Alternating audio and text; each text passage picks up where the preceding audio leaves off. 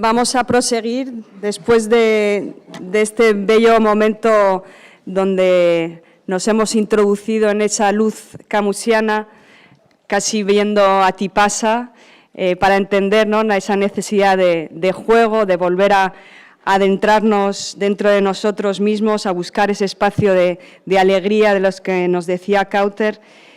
Para mí es una alegría y sobre todo un gran honor de tener aquí a Cristina, cuyo universo creativo se caracteriza sobre todo por esa fusión tan audaz de realidad y ficción que cuestiona siempre la veracidad del medio en el que trabaja, el medio fotográfico, unos proyectos donde podemos percibir, al igual que Camus, esa exploración absurda de la condición humana y esa necesidad, al fin y al cabo, de encontrar sentido a través de la rebelión.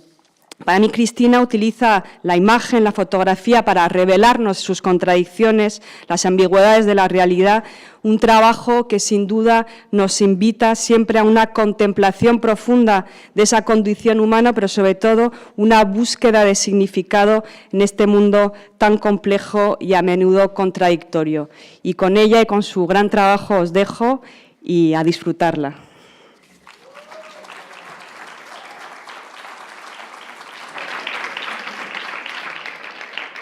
Muchas gracias, Sandra, muchas gracias por invitarme, muchas gracias, Miguel, muchas gracias a todos por estar aquí, por aplaudir incluso antes de haber yo dicho nada. Es una muy buena señal. La verdad es que escuchando la anterior conversación me siento como un poco fuera de lugar, porque yo me voy a meter y voy a intentar llevaros a un punto muy diferente, a un sitio en el que se van a cuestionar un poco las cosas, me voy a cuestionar yo, os vais a cuestionar vosotros, y todo con un tono bastante lúdico, bastante superficial, bastante... O sea, no hace falta ni leerse a Camus para entender lo que yo voy a decir. Como modo de introducción, pues siempre intento justificarme, soy mujer, nos han criado así, y siempre pongo pues, el inicio de mi trabajo documental para validarme. O sea, lo que vais a ver a partir de ahora...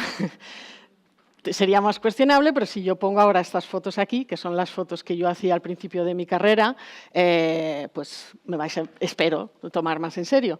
Son fotos que hacía colaborando con ONGs, con los rohingyas, con orfanatos en la India, los que destrozan barcos en Bangladesh, porque era un momento en el que yo, bueno, era bastante joven, no tan joven, pero sí que creía que la fotografía era la herramienta que yo iba a usar para cambiar el mundo. Muy romántica, creía en un montón de cosas que ahora ya no creo. Y estuve 10 años trabajando en prensa, 10 años trabajando, compaginando mi trabajo en prensa local, que además empecé aquí en las Baleares, en el Diario de Ibiza, con intentar acercarme a dramas de mayor envergadura que la Liga Infantil de Baloncesto de la isla de Ibiza. Y bueno, pues mis fines de semana y mis vacaciones lo que hacía era contactar con la Cruz Roja, con el Comité Internacional de la Cruz Roja, con Médicos Sin Fronteras, para poder visitar sitios, comprender el mundo en el que vivía y que mi trabajo tuviese pues, un impacto mayor que el resultado de la Liga Infantil de Básquet de Ibiza. De Ibiza me fui a Alicante, siempre en prensa local, y después de 10 años de prensa local, cuando yo ya tenía un lenguaje, ya sabía expresarme con todo esto, me volví a decepcionar. Antes de empezar con la fotografía, mi interés por la fotografía también venía de una decepción, porque yo estudié Bellas Artes y después de estudiar 5 años Bellas Artes, aún iba a una galería de arte contemporáneo y no entendía nada. Entonces no entendía el artista que pone algo así en la pared, voy a simplificar mucho, por favor perdonármelo, hay gente fantástica en todos los medios, pero yo iba a una galería y veía un palo blanco en una pared blanca y ponía el rapto de Europa y digo, pues no entiendo nada. Esa falta de comunicación, es decir, cuando volvemos a los inicios donde nos explican quién es el emisor, el receptor, el mensaje, el código, el contexto, a mí se me perdía. Digo, este señor artista quiere decir algo de Europa, yo veo un palo, no entiendo nada, qué es lo que falla, el código, el emisor, el receptor, el contexto. De esa frustración me acerqué a la fotografía, que es un lenguaje universal que todo el mundo conoce, que no hay que descifrar, y reconocí en ella enseguida pues, una herramienta que bueno, también me abría puertas, me permitía y me daba la excusa de estar en cualquier sitio y podía alimentar y satisfacer hasta cierto punto mi curiosidad, porque me interesaban muchísimas cosas.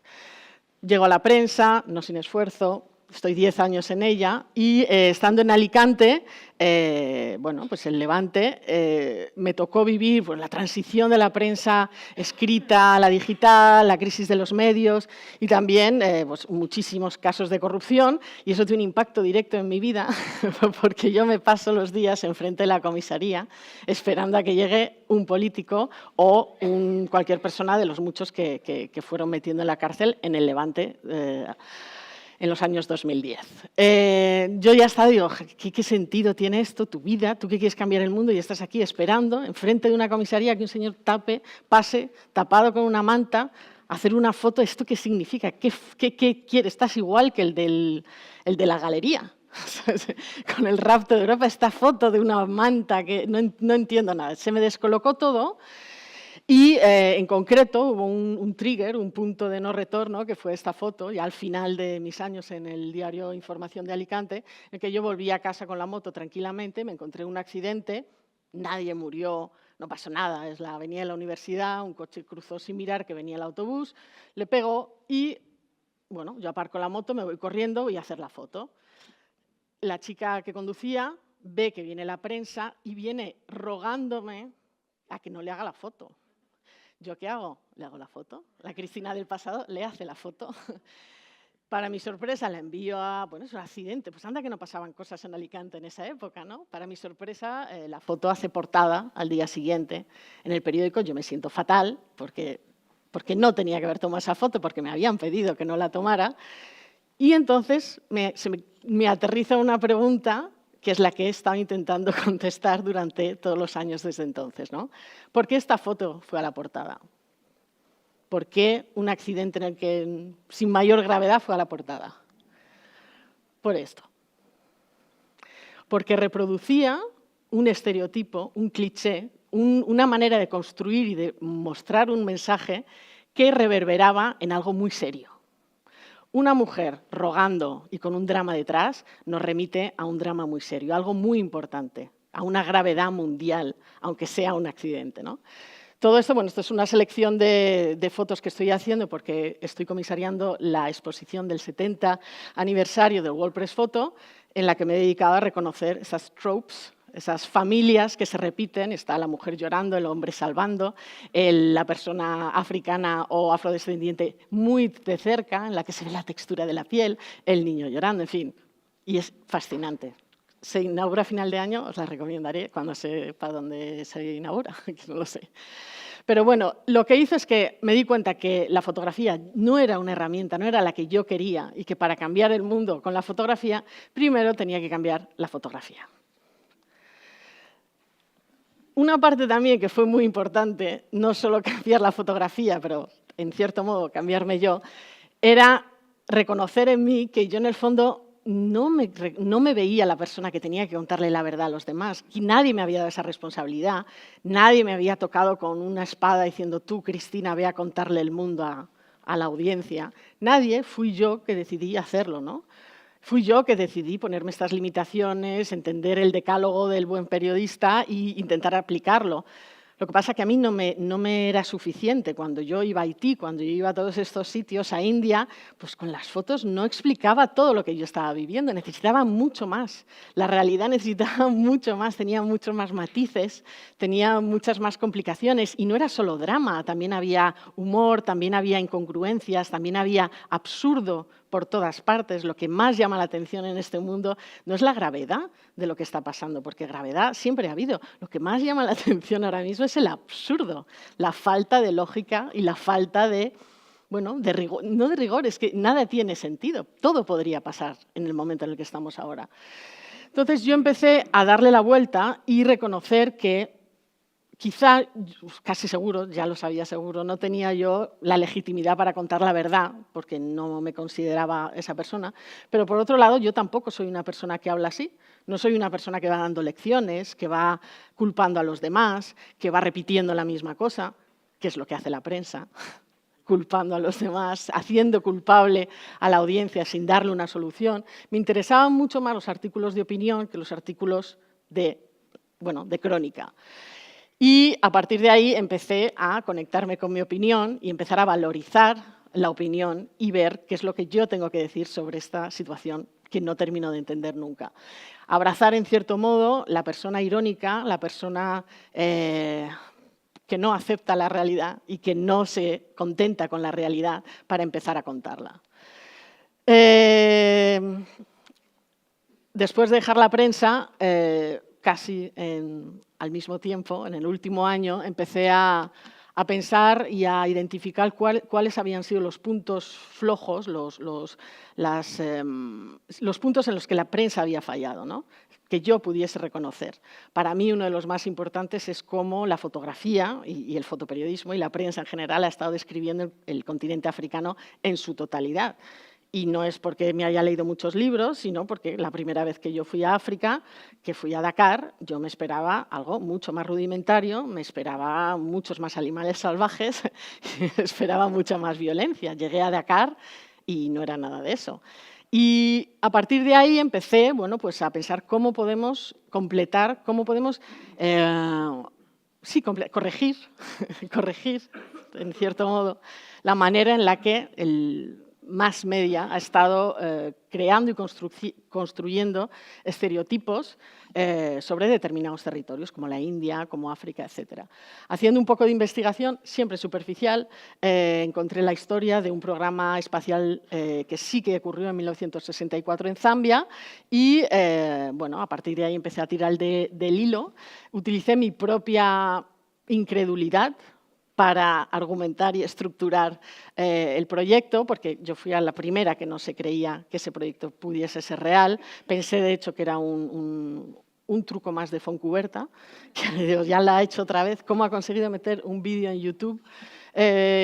Y al final descubrí que era verdad, que sí, efectivamente, en 1964 Zambia tuvo un programa espacial liderado por un profesor de universidad que entrenó a una decena de estudiantes universitarios, hizo todo un sistema, diseñó un cohete y su plan era llegar a la Luna y de ahí a Marte, llevar 10 gatos, llevar un evangelizador, porque tenía que llevar la religión también. En fin, un programa espacial bastante, de la época, de los 60, tampoco es que en California estuviesen haciendo algo mucho más sensato. O sea, eran los 60 y todo el mundo iba a tope y este señor también iba a tope.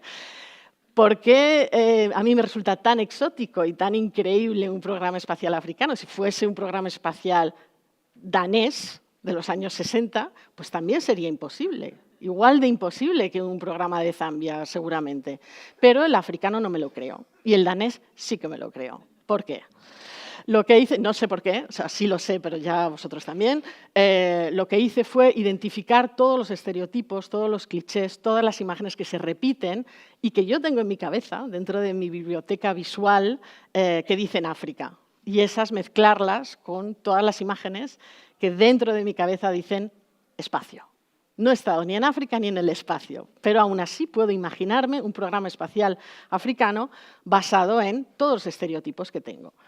Volví a lo que yo hacía en Bellas Artes, que era dibujo, cómic, y hice toda una serie que se llama Afronautas, mezclando archivo, que también manipulaba, con imágenes que hice todas, el 85% de las fotos están hechas en Alicante, que es de donde yo soy, a pocos kilómetros de casa de mis padres, porque vivimos en un sitio, España es muy parecido a África, o por lo menos al estereotipo que nos hacemos de África.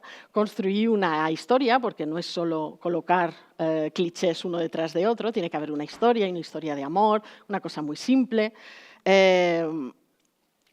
Mezclando también con imágenes que parecen científicas, que da seriedad, pero en realidad ahí pone Five Finger Glove, o sea, da igual, entramos en lo obvio, luego la verdad se me olvidó cambiarlo.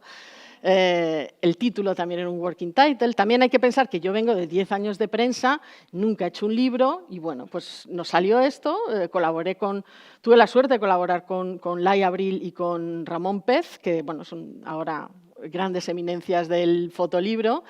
Y bueno, poco a poco pues, hice esta historia. Por ejemplo, otra de las imágenes recurrentes es la violencia que hay en África. Los soldados siempre están amenazando, el hombre africano siempre está amenazando y está ahí. En realidad, pues mi soldado no hace nada, no sabe ni que estás, te ignora, pasa de ti. Recogí un montón, esto por ejemplo está hecho en Madrid, la basura, el desecho, el desorden, también es algo que se asocia siempre, gracias a la documentación durante décadas que hemos hecho de África. Y bueno, lo tenía que mezclar con el espacio. Esto es una foto que hice en Roswell, muchos años antes de saber yo que existía el programa espacial africano. En Roswell es donde algunos dicen que aterrizó un ovni en Estados Unidos y la CIA o el FBI le hizo una autopsia y se creó Área 51 o 52, que nunca me acuerdo.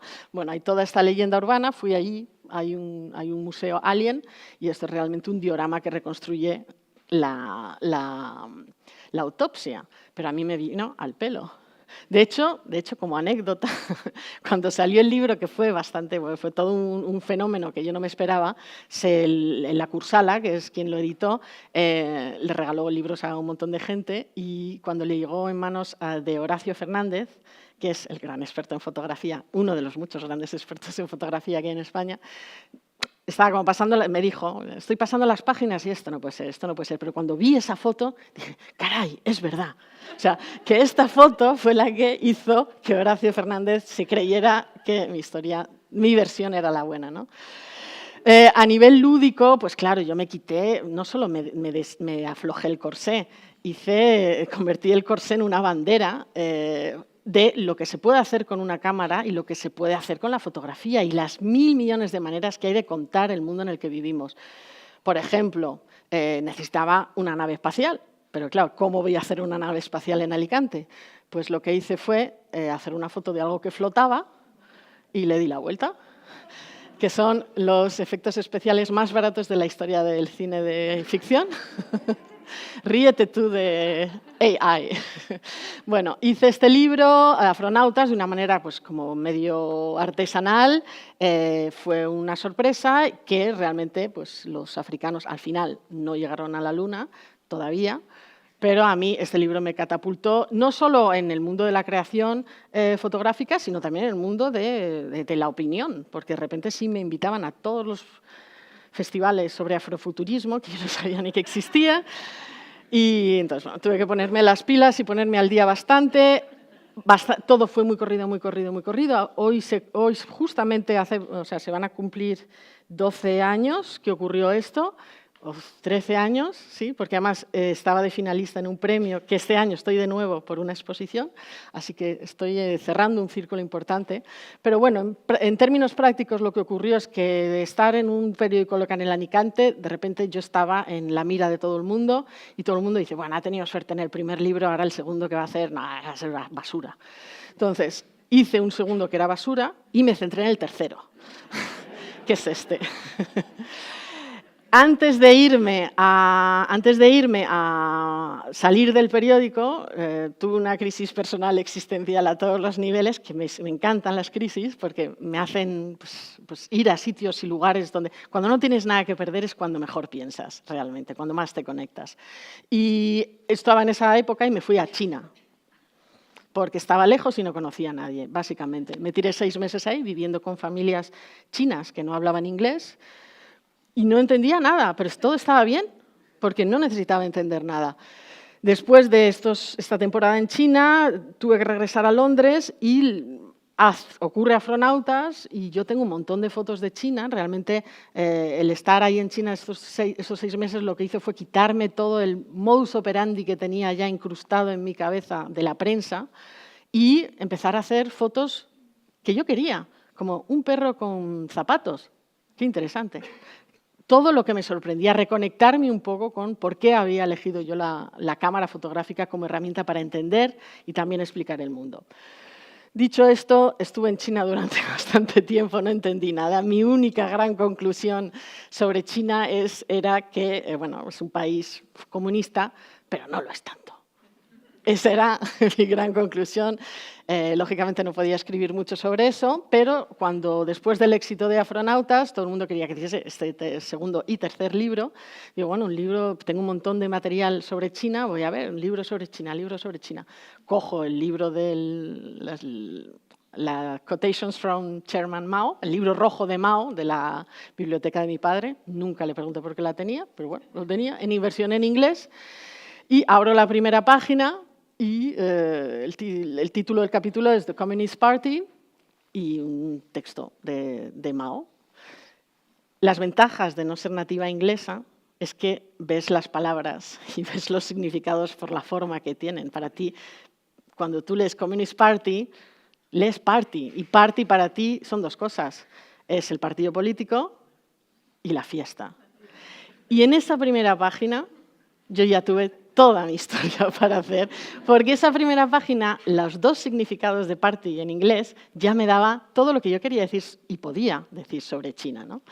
Entonces me dediqué a hacer algo muy chino, que es censurar, y empecé a censurar el libro rojo de Mao, como quien hace crucigramas, y empezar a rescatar y traer a la superficie frases que Mao había escrito sin saber, y que, en cierto modo, construían pues un manual de instrucciones actualizado de cómo conseguir ser un ciudadano chino. El manual de Mao era el que servía en los años 60, el que yo propongo es el que sirve ahora. Entonces son pues 400 páginas censuradas en las que rescato estas frases. A veces funciona mejor, a veces funcionan peor, pero hay muchísimas páginas. Y en cierto modo, bueno, pues era es desde luego un libro político. O sea, te pones a censurar el libro rojo de Mao, pero yo creo que es también el trabajo más personal que yo he hecho, porque habla del fin de una utopía, habla del cambio y de volver a mirar un ideal de otra manera, de una manera proactiva para hacerlo tuyo, ¿no? Tuyo. Ay, que me quedo sin voz. Y bueno, pues hice el libro rojo de Mao, que es una versión, estaba muy enfadada con los hombres, sigo un poco, porque me habían puesto los cuernos, entonces estaba muy enfadada, pero eso tú lo vas soltando ahí. Y todo el mundo, ¿qué libro más político? Yo sé. ¿Qué es lo bueno? Que tiene los matices y las capas que tiene la fotografía. El libro rojo de Mao, que fue muy bien, la verdad. No quedan muchos, no, es muy difícil de encontrar, pero es para mí mi libro favorito de los que he hecho. Creo que son 13 o 14 y es el que más me gusta. Ahora aprieto a un fast forward multiplicado por 5, nos saltamos todos estos libros que hay entre medio y me voy al otro extremo, a uno de los últimos que he hecho, un poco porque creo que es importante hablar, o para mí resulta importante hablar de cómo, ahora mismo nos estamos riendo todos, cómo el sentido del humor o cómo, una mirada distinta, no tan reverente, puede ayudar a lo que yo llamo no think outside the box, porque think outside the box presupone un box. A mí me gusta el think outside. La guerra es otro de los grandes temas que se ha documentado, casi desde los principios de la historia de la fotografía. Y, como estoy, además, el destino ha querido que acabe siendo miembro de una agencia que nació distribuyendo fotos de guerra y, además, ahora durante unas semanas más voy a ser presidenta, he sido presidenta de Magnum durante 3 años, pues para mí, era muy importante entender qué piensas tú de estas fotos de guerra, porque claro, tengo un montón de señores que se consideran superiores porque han visto el conflicto. Entonces, haciendo un poco de gossip, pero que no salga de aquí, realmente este proyecto lo ideé el año en el que no me votaron por Magnum. Es decir, Magnum es toda una especie de logia masónica en la que tú tienes que pasar unas etapas, normalmente son 4 años, tienes que trabajar, y al 4.º año, si tu portfolio es el que tiene que ser, te haces miembro y socio de la cooperativa. Yo no pasé por 1/4 de un voto, y me quedé bastante frustrada, por decirlo de alguna manera. Entonces entendí que tenía que ir a la guerra. Y me fui a la guerra. Me fui con Lorenzo Meloni, que es un fotógrafo de guerra también de Magnum, pero digo, vamos a ver qué pasa si yo, que soy quizá la voz más experimental de Magnum, y tú, que eres de los pocos que está todavía en el frente haciendo fotografías, ¿qué pasa si trabajamos juntos? Porque yo creo que podemos. Y entonces nos fuimos a Afganistán. Yo creo que los talibanes volvieron al poder en septiembre del 2021. Agosto del... Bueno, me ha pasado como un mes. Es agosto 2021. Yo fui en enero del 2022, que era la época en la que el nuevo gobierno talibán hacía todo lo que quisieran los periodistas. Era un momento irreal.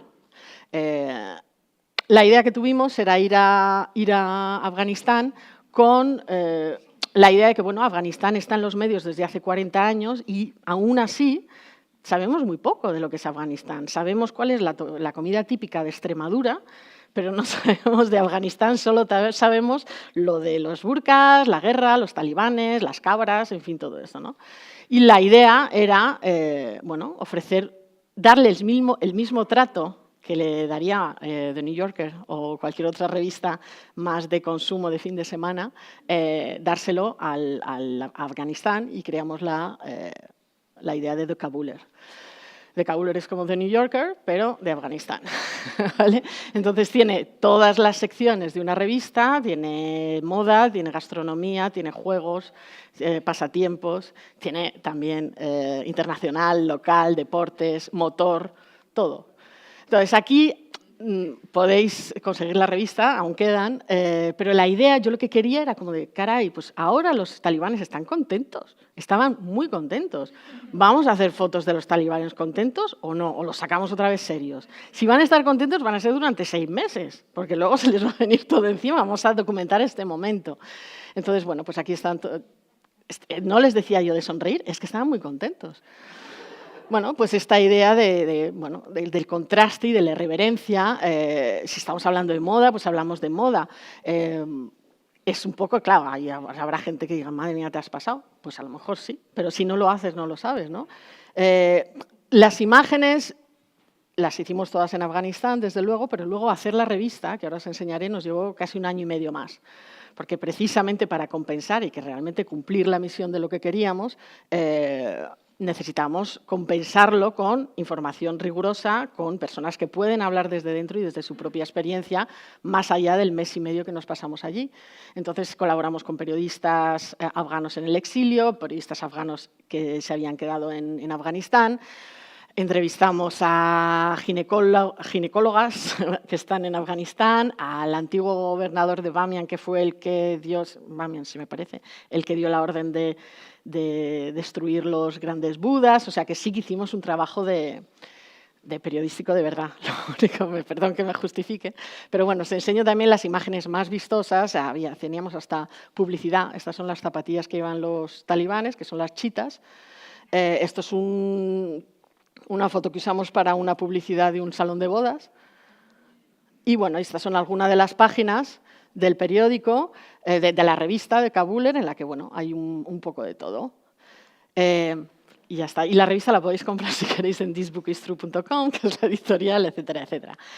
Otro de los temas que, y cuando Sandra me invitó a hablar de lo lúdico, de pensar de otra manera y de dar unas pinceladas de humor en algo que podría ser muy serio, una de las cosas que a mí siempre me ha llamado la atención de España, porque tampoco hay que irse a Afganistán, es los nacionalismos, no solo de España, de todas partes. Yo estoy bastante desarraigada. Mi padre era belga, pero nunca vivió en Bélgica. Mi madre era andaluza, pero venía de Cádiz y luego vivimos en Francia. Siempre hemos sido, como en cuanto había un poco de raíz, fuera. Entonces siempre me ha llamado la atención la gente y cómo se puede convertir el nacionalismo en algo que te haga ser violento, es que no lo entiendo, ¿no? Entonces, en este ejercicio de reducción al absurdo con el que convivo, continuo, con el que convivo, pues yo he vivido bastante en Alicante y al lado de Alicante está Murcia, y en Murcia hay una ciudad que se llama Alcantarilla. Mi pregunta, la gente de Alcantarilla, ¿se siente orgullosa de ser de Alcantarilla? Y a partir de esa pregunta empecé a pensar en otra manera de descubrir España, porque tenemos la Vía de la Plata, el Camino de Santiago, el Corredor Mediterráneo, un montón de cosas, pero no tenemos un conocimiento de España desde un punto de vista semántico. Entonces lo que hice fue pasar muchas horas mirando el mapa de España al milímetro y encontrar todas las ciudades que tienen, por ejemplo, nombre de animal. Y yo me voy a hacer un safari. Encontré también un pueblo en León que se llama Inicio, desde donde empiezo todas mis rutas, y voy a todos los pueblos que se llaman como un animal, haciendo fotos de todos los animales que me encuentro. España tiene muchísimas cabras, como Afganistán, y bueno, es una manera lúdica de viajar, conocer España, ir a sitios en los que, bueno, no irías nunca, pero woman on a mission, ¿vale? Después del safari hay varias, está la ruta del terror, está la ruta del amor, está la ruta gastronómica y está la ruta anatómica. Y estoy esperando a tener más tiempo para completar algunas de ellas, estoy casi, y encontrar un editor que va a ser difícil, pero bueno. En fin, cabras, es que hay muchas cabras, ovejas, en fin. Esto corresponde a la ruta del terror. También cuando íbamos a Paramos, yo me paraba.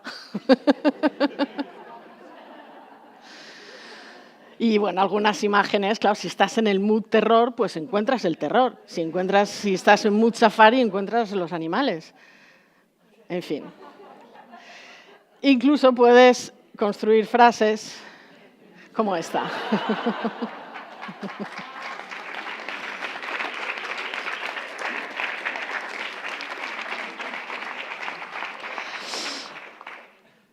Y aquí voy a poner un bombardeo de imágenes, porque luego, aparte de los proyectos que están muy armados y luego tengo que explicarlos como puedo, también tengo ideas así como de cosas que, bueno, ideas que me parece que hay que hacer, cosas que deberían existir, ¿no?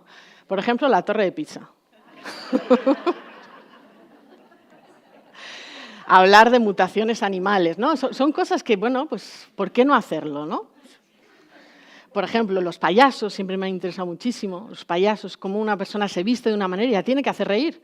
No lo entiendo. Entonces, bueno, pues este es en un circo en México y le hicimos una sobredosis de payaso al pobre niño payasito. El conejo fantasma, todo esto está dentro de proyectos, ¿no? Pero, bueno, pues el exceso.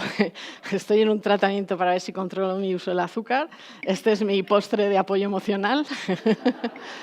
Lo llevo a todas partes. Las tartas me parecen increíbles, me parece que la tarta y la fotografía, aún nadie ha escrito un ensayo a la altura de lo que se merece, porque todos tenemos una foto con una tarta, al menos, o sea, siempre, ¿sabes? Que alguien escriba eso, por favor.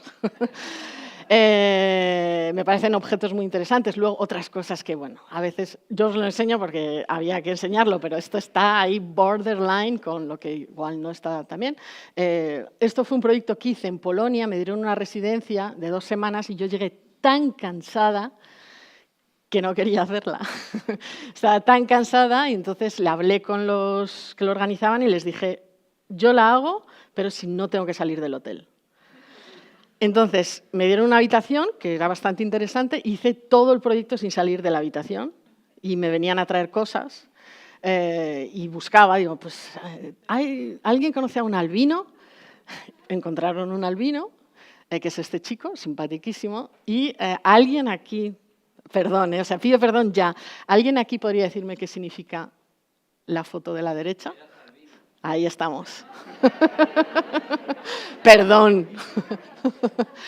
el calentamiento global y luego, bueno, temas más serios. Este, por ejemplo, es una foto de un proyecto que se expuso en Arles este año, que está el libro ahí fuera y que es por el que estoy finalista de este premio, 12 años después de Afronautas, en el que cuento bueno, el viaje del migrante por la ruta centroamericana, realmente en concreto desde la frontera sur a norte de México, en la que presento a los migrantes como héroes más que como criminales, víctimas o personas que están huyendo, ¿no? Entonces, le tomo prestado la estructura narrativa y el título al libro de Julio Verne, Viaje al centro de la Tierra, para presentarlos como héroes. Bueno, mucho depende de cómo cuentas una historia para cómo alguien la entiende, ¿no? Y los medios, si os fijáis, pues siempre es para que el migrante nos dé pena, nos dé lástima o nos dé miedo, pero nunca nos lo presentan como una persona que habría que admirar, cuando en realidad bueno, pues es una persona que decide dejar todo lo que le es familiar, que será más o menos agradable, más o menos violento, pero es todo lo que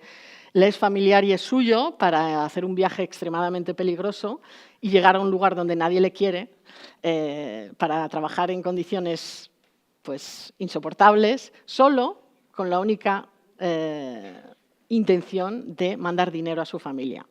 Entonces, yo ya cojo el principio y el final de estas dos cosas, me quito todo lo del medio, que es esto, y pongo, me voy a un sitio para mandar dinero a mi familia, pues ya me parece un gesto de una nobleza que habría que admirar, no habría que tener ni lástima ni miedo. Pero bueno, ahí lo dejo. No sé si el fotolibro es la mejor plataforma para contar esta historia.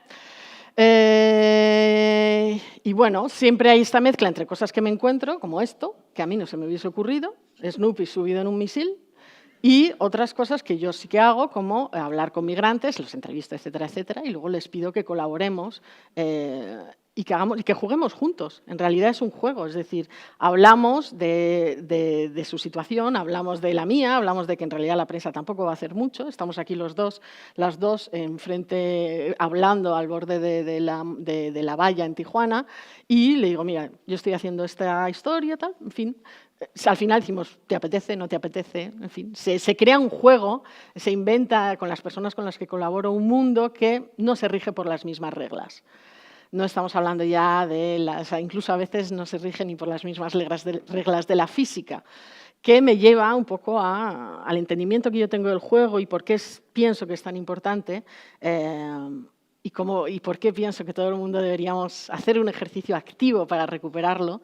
Es el poder que tenemos, ¿no? O sea, un niño coge esto y dice, una nave. O lo vuelve a coger a 2 horas más tarde y dice, mira, una espada. ¿Sabes? Tú eres totalmente ultrapoderoso para decidir lo que son las cosas, la función que tienen las cosas, lo que significan las cosas. Hasta que vas a la escuela, vas al colegio y tu padre dice que no, que esto es un flan. Esto es un barco, es un cohete, es una espada, es lo que tú quieras. Yo creo que es ese pensamiento el que va a hacer que nos desenrosquemos un poco y que salgamos de los problemas, que no hace falta que recuerde, y que bueno, nos tienen asfixiados. Y en realidad, si miramos bien a nuestro alrededor, hay muchísimas cosas que nos rodean y que están ahí. Esto yo no lo he puesto ahí, yo lo he visto, pero esto es Cartagena, podéis ir mañana a Cartagena y está ahí, y esto es un gato que habían dejado al lado enfrente de un cartel que pone cuidado con el perro. Yo no se me hubiese ocurrido. La realidad está llena de cosas que catalizan mundos completamente distintos, ¿no? Un cura haciéndole una foto al cielo, perdón, o sea, no tiene ese significado. Tener la evidencia última de la existencia de Dios. Le haces una foto. El canario campeón, como concepto, ¿no? Bueno, y aquí empezamos. Y todo esto es en España, ¿eh? Una señora que decide vestirse de medusa, la liebre que es cazadora. Todo esto es, bueno, en los panes de España me encanta. Las hamburguesas gigantes. En fin, hay muchas cosas que si empiezas ya y te sintonizas hacia no tener que buscar sentido, no tener que buscar orden, no tener que esperar nada, en la realidad empiezas a ver mucho más. Y ahí es donde yo entro un poco, y aquí acabamos, no acabamos porque os voy a enseñar algunas fotitos más, porque para mí, o sea, creo que ha quedado claro que es muy importante para mí jugar y es muy importante para mí no jugar sola. Jugar sola es un rollo y necesito que la gente entienda el juego y que la gente entre un poco, aunque sea durante una fracción de segundo, en ese otro mundo en el que podemos hacer lo que queramos, ¿no? Porque ahí es donde va a salir la idea, ahí es donde va a estar la solución que estamos buscando, cuando nos permitamos pensar más allá de todas las reglas que nos han impuesto. Y para mí, el juego, en esta sociedad que vivimos, se ha asimilado muchas veces a la competición. O sea, el fútbol es un juego, pero quien gane, a mí me da igual. Si me gusta realmente el fútbol, lo que me gusta es ver a los señores ahí en pantalón corto haciendo así. No quien gane. Ahora mismo no se habla del juego, se habla del gol, que es cuando tú humillas al otro, y se habla de quién ha ganado. Los comentaristas deportivos no hablan hablan de dinero y hablan de ganar. Entonces, hablando de fútbol, precisamente, en el año, no me acuerdo cuándo, 2018-19, me dieron un premio, el Fútbol Club Barcelona. Yo siempre, mi familia había sido del Madrid y ahora, pues mira, pues del Barça. Mi madre tuvo que ir a la ceremonia, pero me dieron un montón de dinero porque era un premio que, de hecho, lo hicieron solo un año, y era sobre el deporte. Entonces yo me acuerdo que escribí una propuesta y un proyecto que se llama Variaciones sobre el podio, y era coger el objeto del podio y ver qué significaba. Vamos a pensar en el podio, porque tiene muchos significados como objeto. Entonces reinventar el podio, aquí pues un podio en el que cabe todo el mundo, un podio realmente matemáticamente correcto, un podio, en fin, estuve ahí trabajando con un carpintero muy a gusto. El podio campeón. Luego otras cosas que a mí siempre me había hecho ilusión hacer, como así en plan poético y tal, es ir a una tienda de trofeos, encargar un trofeo a la mejor tienda de trofeos del mundo, pagarlo y no ir nunca a buscarlo. Yo ahí lo dejo si alguien lo quiere hacer. Bueno, otras formas de podio. Hay muchas. Pero bueno, el peso de la competición, por supuesto una tarta, y bueno, y ahí ya está. Y como estamos hablando de juego y estamos hablando de ganar, yo os quería proponer a todos, para terminar mi intervención, un juego, así que no os vayáis, que me voy aquí, me llevo el flan. Por favor, ¿podéis repartir los boletos?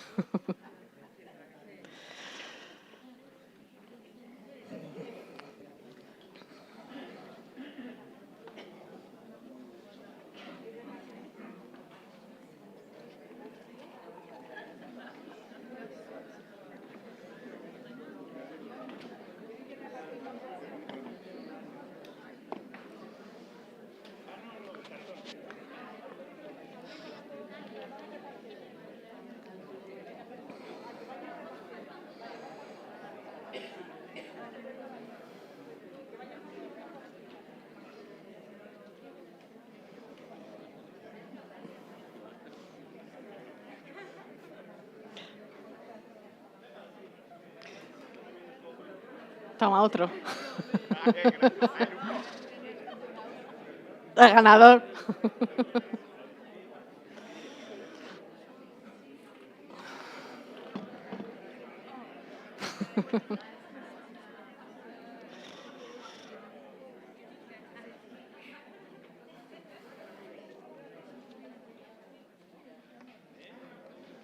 Cuando estéis todos con vuestro cartón, por favor, avisarme.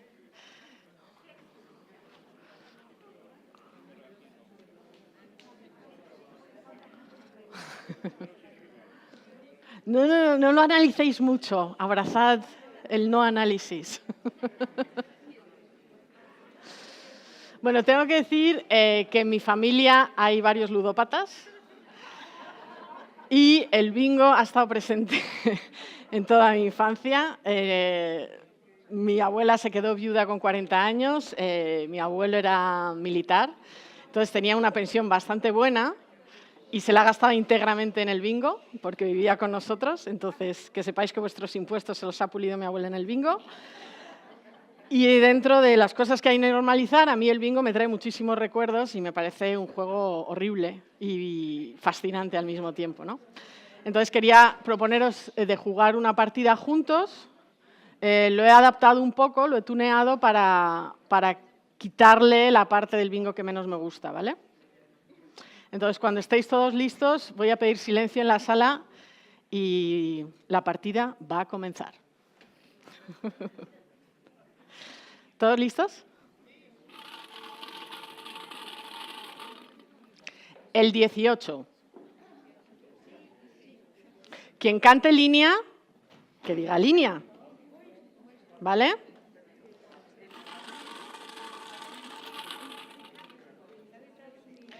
Ah, 18. 18, 36, 36. Ah, oui, ¿Quién, ¿en francés? En español. Bueno, quien no haya jugado al bingo. Silencio. ¿No has jugado al bingo nunca? Qué fuerte. Hay que tachar los números que salen. Cuando completas una línea, cantas línea. Y continuamos. Y cuando completes todos los números, hay que cantar bingo. ¿Vale? Y te llevas un premio. ¿Ok?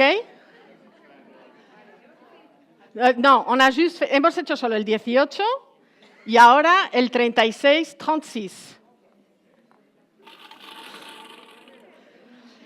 45, 45.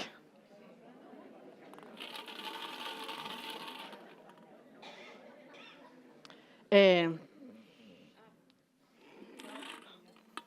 49, 49. 61, 61.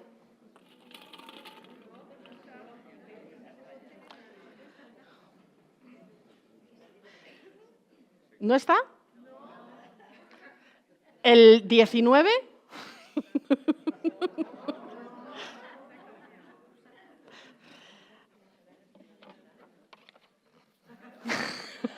¿90? ¿90? Está bien, no pasa nada. No pasa nada. Es un juego, es el juego. Voy a coger otro, que no sé si es para uno o para otro. 34, 34. 22, 22. 26, 26. Oh. 3, 3. 56, 56. Oh. ¿Alguien ha hecho línea? 83, 83. En los bingos no dejan hablar, ¿eh? 15, 15.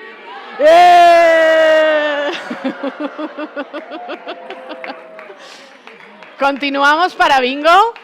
Venga. Vale, continuamos para bingo. 67, 67. El 1. 16, 16. 29, 29. Solo el primero.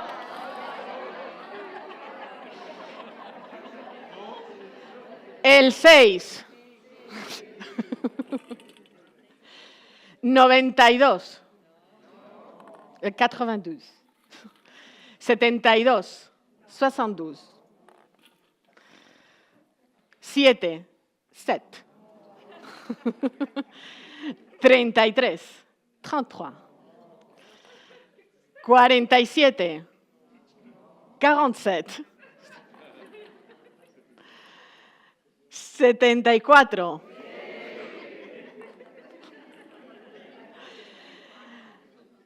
74. 53. 53. ¿Línea? ¿Más líneas? Bueno. Qué bingo este. No sabemos este todavía.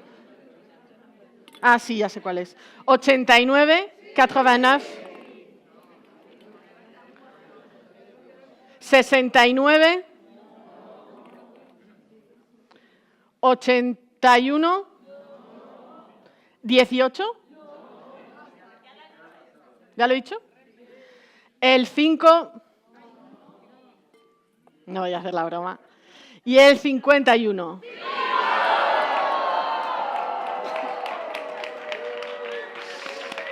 Enhorabuena a los premiados. Acabáis de ganar un cartón de bingo.